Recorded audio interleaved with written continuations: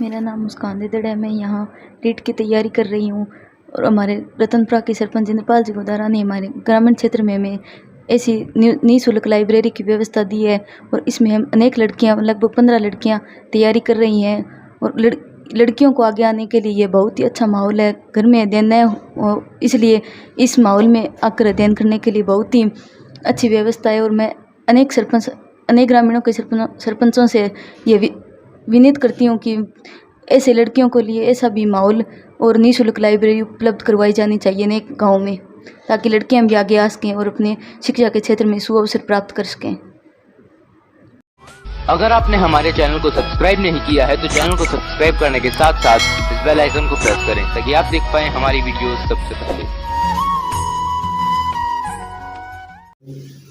नमस्कार, मैं मंगला नायक और आप देख रहे हैं कबीर की न्यूज़। शिक्षा वो शेरनी का दूध है जो पिएगा वही दहाड़ेगा। जी हाँ, बाबा साहब भीमराव अम्बेडकर ने संविधिबद्ध की, उसके बाद लोगों के बीच में वो लोग गए, शिक्षा का प्रचार प्रसार करने लगे। तो सबसे बड़ी जो समस्या है शिक्षा के क्षेत्र के अंतर्गत पैसों की आती है। जाहिर सी बात है कि हर एक गरीब तबके का बच्चा चाहता है कि मैं एक IAS ऑफिसर बनूं, मैं एक कांस्टेबल की तैयारी करूं या फिर मैं एक RS लेवल की तैयारी करूं।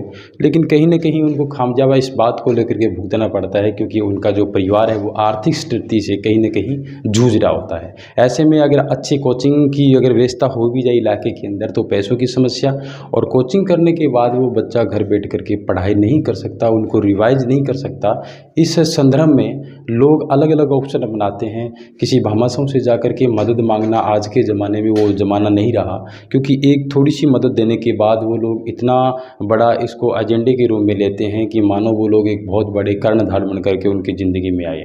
ऐसे में आज के जो युवा है वो शर्मिंदगी महसूस करने लगे हैं। लेकिन फिर जनप्रतिनिधियों की तरफ हम लोग एक आशा और उम्मीद के साथ बात रखने जाएं तो उनकी तरफ से भी थोड़ी निराशा लगती है। शिक्षा और चिकित्सा क्षेत्र के अंतर्गत लगभग बच्चों को क्या है, संघर्ष करना पड़ता है। मेरे साथ जिस चेहरे को आप देख रहे हो जिंद्रपाल जी गोदारा है। मैंने पहले भी इनका सरपंच कार्यकाल के दौरान एक इंटरव्यू किया था।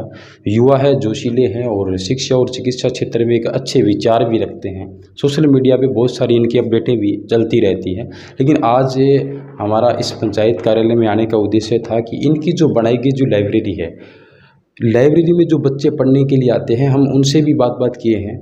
वो लोग कैसा महसूस कर रहे हैं अपने गृह क्षेत्र के अंतर्गत पढ़ाई करने के बाद। अंदर मैंने देखा कि AC भी लगा रखी है, अच्छी बैठने की भी सुविधा है। तमाम जो निजी शिक्षण संस्थान के जो लोग एक पैसे कमाने के लिए करते हैं वो इन्होंने निःशुल्क किया है। वाकई ही इनके कार्य को हम लोग सैल्यूट करते हैं। लेकिन सरपंच साहब, एक बात मैं आपसे पूछना चाहूँगा कि हर एक सरपंच के दिमाग और जहन में ये बातें चल रही है कि करना तो बहुत कुछ चाहते हैं, लेकिन आखिरकार ये आइडिया कहाँ से लेकर के आएँ, पैसा कहाँ से लेकर के आएँ।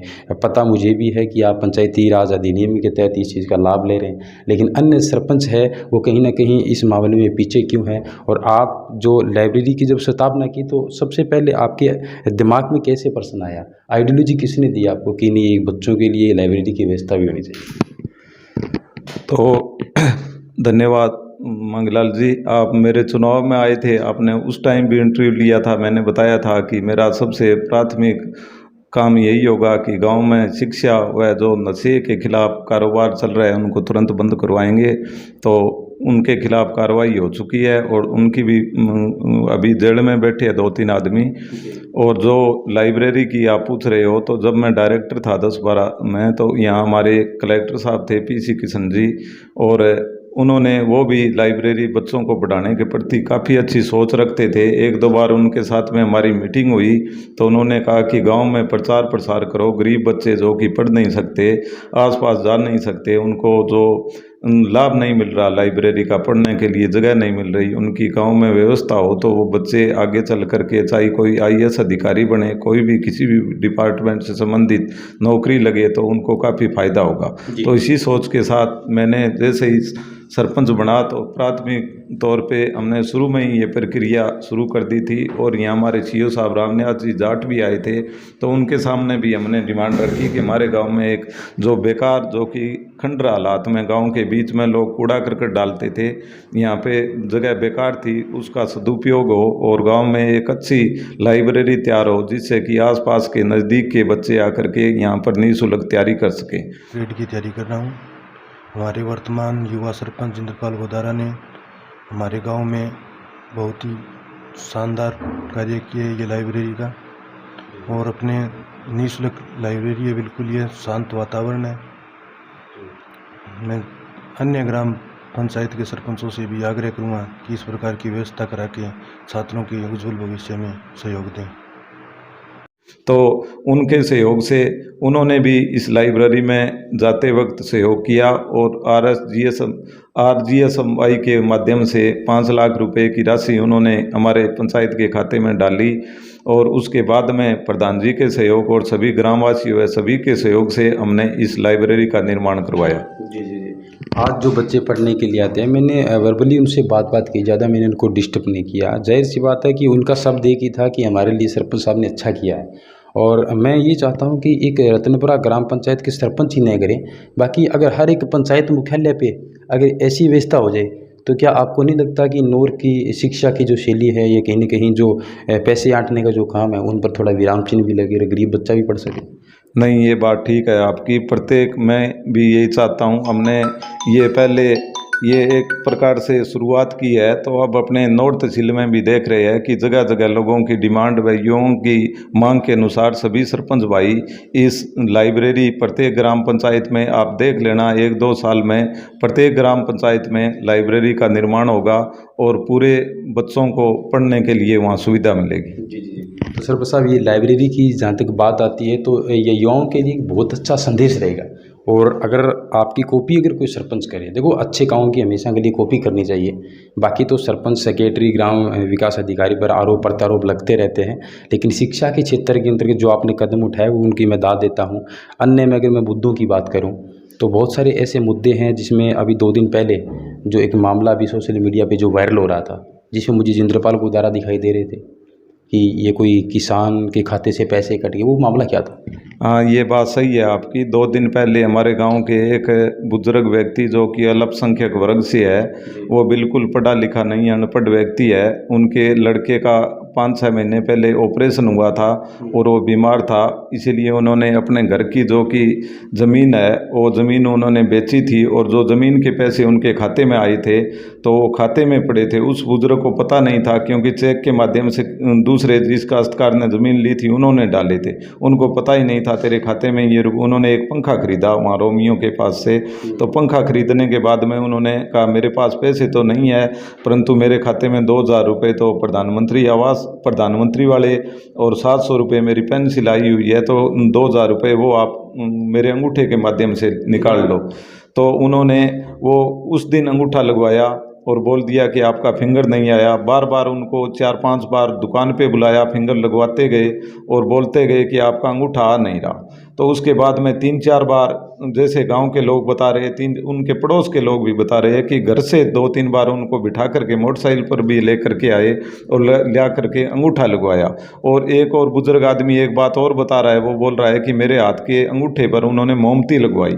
तो हो सकता है उन्होंने डिजिटल जो होता है प्लास्टिक, उन्होंने फिंगर भी ले लिए हो। तो लगातार आप ये तो मान सकते हो कि अगर उन्होंने फ्रॉड नहीं किया तो कोई आदमी ऐसा होगा, अगर उनको 1 लाख रुपए निकलवाने थे तो लगातार ट्रांजैक्शन हुई है, 24, 25, 26, 27, 28 और 4-5 लगातार 7 दिन 10-10 हज़ार रुपये उनके खाते से निकले। अगर वो बुजुर्ग चाहता कि अपने सारे रुपए निकलवाने हैं तो उनके सामने ही बैंक था, तो वो बैंक में जा कर के 10,000 से ऊपर तो बैंक भी दे देता, तो वहाँ से निकलवा सकता था, परंतु उनको पता ही नहीं था। बुजुर्ग अनपढ़ आदमी था, उनके साथ में बहुत ही अन्याय, और उनकी मदद करेंगे, हम पूरा सहयोग करेंगे और गांव का भी पूरा सहयोग है, गांव के लोग भी इसमें पूरी भागीदारी। जी, बैंक भी कौन से बैंक की, SBI की है? नहीं, उन्होंने एक और गलत तरीके से SBI बैंक का जो बोर्ड लगा रखा है, SBI ग्राहक सेवा केंद्र के नाम से, तो बैंक वालों ने भी कंप्लेन किया उनके खिलाफ में, क्योंकि ग्राहक तो जब उन्होंने बोर्ड लगा रखा है, बैंक कन्फ्यूज हो जाते हैं। हाँ, कन्फ्यूज हो जाते हैं, और वो बार बार बैंक के हिसाब से उसके पास में जाते हैं। तो उन्होंने बहुत से लोगों के साथ में फ्रॉड किया, उनके खिलाफ मुकदमा भी दर्ज हो चुका है। वो जांच इंदिरा जी जांच कर रही है, तो 2-3 दिनों में उसका जल्दी रिजल्ट आ जाएगा। जी जी जी। तो बैंक वालों की तरफ से अभी आप कार्रवाई कराओ, और आपका कहने का भावार्थ है कि उन्होंने गलत काम किया, तो वो रत्नपुरा के निवासी थे फिर बाहर के थे वो जो पैसे? नहीं, जो पैसे निकले वो भी रतनपुरा गांव के निवासी है, और जो दुकान चला रहा है वो भी अपने रतनपुरा गांव का निवासी है। तो उनको बोला भी था कि बुजुर्ग आदमी है, उनके पैसे दे दो, तो वो उन्होंने मना कर दिया कि ये तो अपने खाते से निकलवा कर लेकर चले गए। अब वो 2 दिनों से देख रहे हैं, कल से वो थोड़ा नीचे, आप समझ रहे हो, उनको पैसे देने की कोशिश कर रहे हैं, राजीनामे के लिए दबाव बना रहे हैं कि आप पैसे ले लो और ये मामला सलटा दो। तो ये उस बुजुर्ग आदमी पर दबाव भी बना रहे हैं 2 दिनों से। तो मैं दर्शकों से भी निवेदन करूंगा कि ऐसे लोगों से आप लोग थोड़ा सा सावधान रहें, जो चंद पैसों के लिए लोगों के अकाउंट्स को हैक करते हैं, और वो जब उनको सामने आ जाता है तो वो लोग माफ़ी मांगने के बाद उनको ख़त्म करने का प्रयास करते हैं। जिंद्रपाल जी, लगभग विकास कार्यों की अगर बात की जाए तो मैंने पंचायत समिति से किसी अधिकारी से बात की, आपका जो बजट है पंचायत का वो अभी तक टॉप ऑफ प्लेस पे चल रहा है। कितना बजट का कार्य अभी तक हुआ है, कितने पैसे यहाँ पे इन्वेस्टमेंट हुए हैं?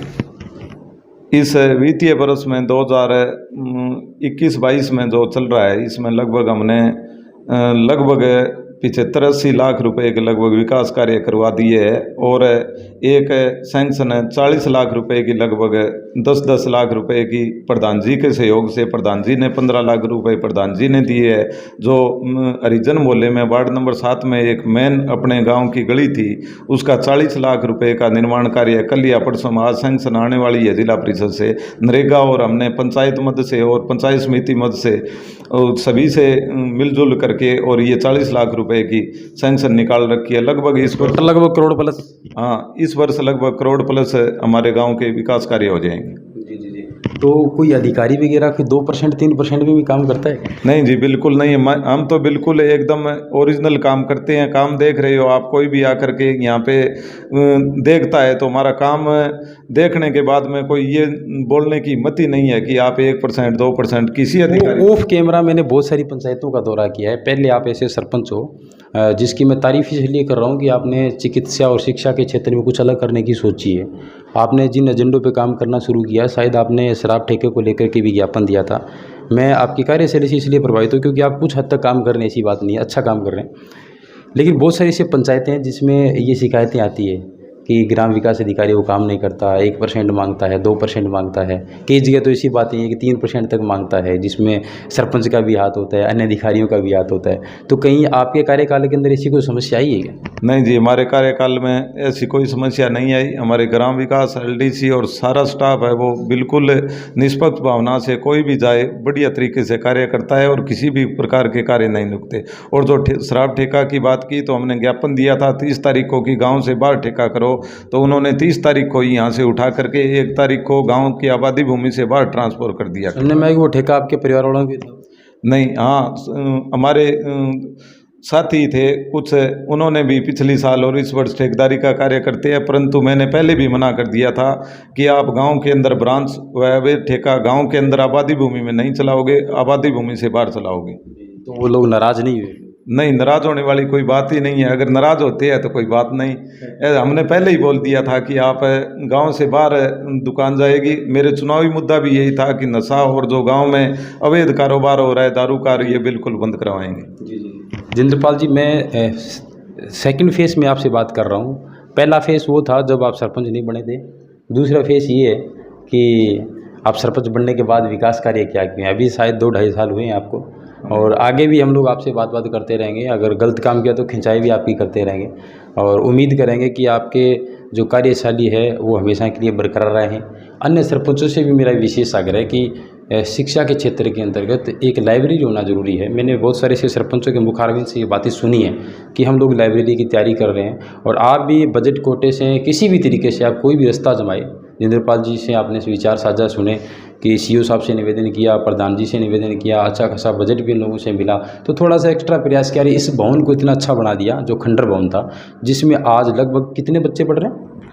हमारे यहाँ 50 सीटें हैं, तो डबल बेंच चलता है 6 से 2 और 2 से 10, तो लगभग 100 बच्चों के लगभग यहाँ पे 100 बच्चे पढ़ाई करते हैं। इतना अच्छा माहौल है? हाँ, बिल्कुल शांत माहौल है यहाँ। कोई भी इस गली में भी प्रवेश निषेध है। जो बच्चे पढ़ने वाले आते हैं वो भी आते हैं। मैं भी आज 5-4 दिन के बाद मैंने, क्योंकि बच्चे डिस्टर्ब ना हो तो ना हो, इसलिए कोई भी इस गली में भी नहीं आता है। कितना खर्चा टोटल लगा इस लाइब्रेरी बनाने में?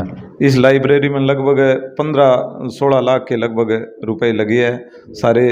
कुछ प्रधान जी ने अपने पंचायत समिति मद से फर्नीचर व अन्य के व कुछ जिला परिषद से व कुछ पंचायत से हमने खर्च किए। जी जी, यानी कि इस भवन तैयार करवाने के बाद ये सारा इतना इन्वेस्टमेंट, बड़ा इन्वेस्टमेंट हुआ है कहने का मतलब? हाँ जी जी जी जी। तो आपका बात करने के लिए बहुत बहुत धन्यवाद और शुक्रिया। उम्मीद करेंगे कि आप इसी तरीके से अपनी कार्यशैली बरकरार रखेंगे, किसी भी तरीके की कोई कंप्लेन ना आए। और भगवान से भी ये प्रार्थना कि आप 1 करोड़ के बजाय अगले बजट सेशन में कुछ और अच्छा लेकर के आएँ और अन्य सरपंचों के प्रेरणा के स्रोत बने। आपका बहुत बहुत धन्यवाद। मंगलाल जी, आपको भी बहुत बहुत धन्यवाद। और हम यही समस्या आने ही नहीं देंगे, अपनी तो सोच यही है क्योंकि गाँव का विकास हो, प्रत्येक व्यक्ति का विकास हो। धन्यवाद। मैंने जिंद्रपाल जी गोदारा से कोई विज्ञापन की मांग नहीं की है, मैंने कोई पैसे की मांग नहीं की है, मैंने सिर्फ इनकी भावनाओं को समझते हुए ईमानदारी की तारीफ़ की। अगर आपको अच्छा लगे तो आप भी कमेंट्स बॉक्स में जाकर के कमेंट करना, लाइक भी करना और शेयर भी करना। और अन्य सरपंचों के कान भी खींचना, उनको भी बोलना कि हमारे क्यों नहीं हो सकता। जब रतनपुरा सरपंच अगर ऐसा काम कर सकता है तो हमारे यहाँ लाइब्रेरी होना अति आवश्यकता है। बहरहाल अन्य मुद्दों के साथ फिर से मुलाकात होगी, आप हमारे साथ बने रहिए। जय हिंद, जय भारत।